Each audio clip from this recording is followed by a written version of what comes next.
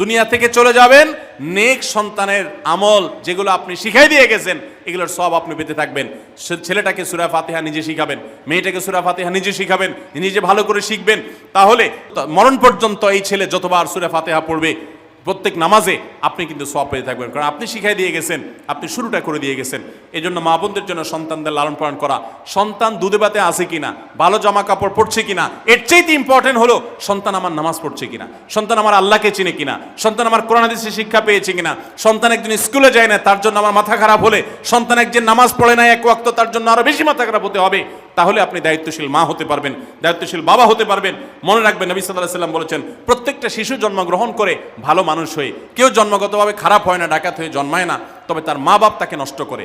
কারণ মা বাপ তাকে ঠিক মতো লালন পালন না করে, ভালো পরিবেশ দেয় না, খারাপ ছেলেফেলের সাথে মিশে, তখন সে নষ্ট হয়। এই জন্য আপনার দায়িত্ব সন্তান কার সাথে মিশছে, কোথায় যাচ্ছে, কি